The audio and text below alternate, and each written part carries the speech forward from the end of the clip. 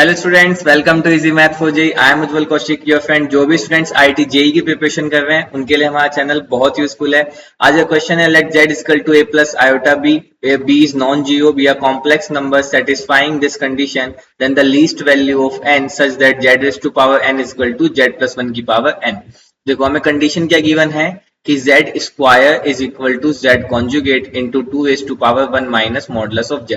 अब देखो, अगर मैं z की वैल्यू a प्लस आयोटा भी इसमें पुट करता हूं तो लेफ्ट हैंड साइड पे कुछ आयोटा टर्म बन जाएगी, राइट हैंड साइड पे भी कुछ आयोटा टर्म रहेगी और one two s to power one minus under root of a square plus b square. तो ये two s to power term में साथ चलते रहेगी, जिससे मेरी कैलकुलेशन लिटिल बिट टफ रहेगी। तो इसके अलावा मैं दूसरा मेथड क्या कर सकता हूं, मैं कहता हूं कि दोनों साइड मैं मॉडुलस ले लेता हूं। ठीक है, अगर मैं दोनों साइड मॉडुलस लेता हूं तो ये कुछ ऐसा हो जाएगा मॉडुलस लेने पे। अब देखो, मुझे मॉडुलस की प्रॉपर्टी पता है कि modulus of z raise to power n is same as modulus of z की पावर एन। तो with the help of this property मैं कह सकता हूं this is modulus of z का square, this is equal to, अब देखो ये जो two raise to power one minus modulus z है ये एक रियल नंबर होगा, फाइन। और मुझे पता है कि अल्फा ऑफ जेड जो होता है वो अल्फा ऑफ मॉडुलस जेड के इक्वल होगा, जहां पे अल्फा मेरा रियल नंबर से बिलोंग करेगा। तो with the help of this property मैं इसको ऐसे लिख सकता हूं, फाइन। अब देखो, एक प्रॉपर्टी मुझे और पता है कि मॉडुलस ऑफ जेड जो होता है वो इक्वल होता है मॉडुलस ऑफ जेड कॉन्जुगेट के। तो यहां से आया modulus of z square is equal to modulus of z and two raise to power one minus modulus of z. अब क्योंकि बी यहाँ पे मेरा नॉन जीरो गिवन था, तो मॉडुलस ऑफ जेड जो है वो कभी भी जीरो के इक्वल नहीं हो सकता, इसलिए मैं मॉडुलस ऑफ जेड को कैंसिल आउट कर सकता हूं और यहां से मेरे पास बच जाएगा modulus of z equal to two की power one minus modulus of z. अब देखो, यहां पे only only and only modulus z equal to one is the only solution for this equation. Modulus z equal to one ही है जो सिर्फ इसको सेटिस्फाई करेगा, इसके अलावा कोई और सेटिस्फाई नहीं करेगा। तो इसका मतलब जो मेरी मॉडुलस ऑफ जेड की वैल्यू आई वो क्या आई, वन आई। अब रख के देख लो, वन रखोगे तो लेफ्ट हैंड साइड पे वन आ गया, equal to two one minus one, यानी कि टू की पावर जीरो और किसी की power zero equal to one. इसके अलावा आप कुछ भी सब्स्टिट्यूट करोगे वो नहीं आएगा। तो देखो, अब मॉडुलस ऑफ जेड की वैल्यू वन जो आई तो हम उसको पुट कर देते हैं, मान लो ये मेरी इक्वेशन वन थी यहाँ पे।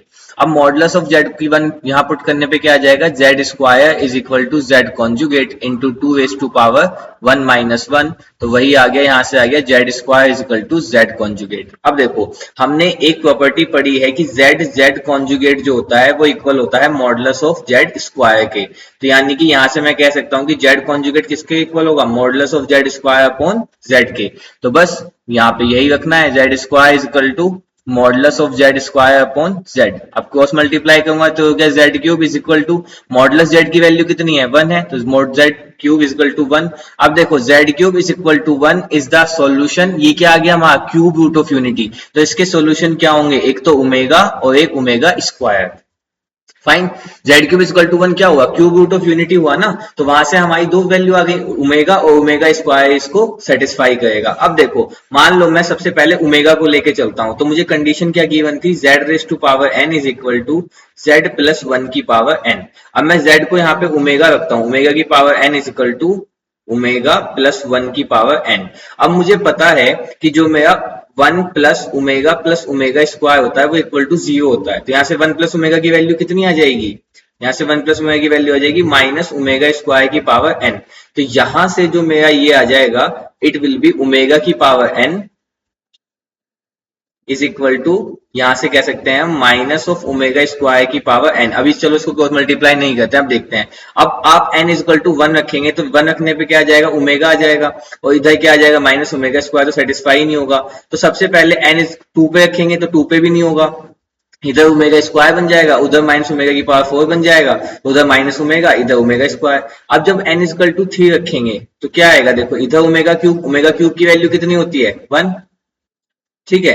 This is equal to minus, this is omega और ओमेगा की पावर सिक्स, तो ये कितना हो जाएगा, omega cube into omega cube, यानी कि ये हो जाएगा माइनस वन। तो ये इसके इक्वल नहीं आया, पर इससे मुझे ये तो आइडिया पड़ गया कि शायद थ्री के मल्टीपल से ही मुझे कुछ ना कुछ मिलेगा, वरना तो एक साइड पे ओमेगा और एक साइड पे ओमेगा स्क्वायर बनेगा।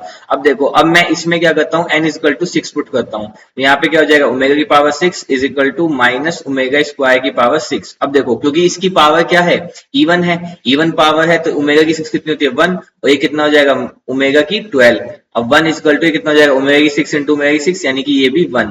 तो यहाँ से जो मेरी लीस्ट वैल्यू आ गई वो क्या आ गई n इक्वल टू 6। तो n equal to 6 is my right answer. I hope you are able to understand the video. If you have any doubt, you can ask to me into the comment box. Thank you very much.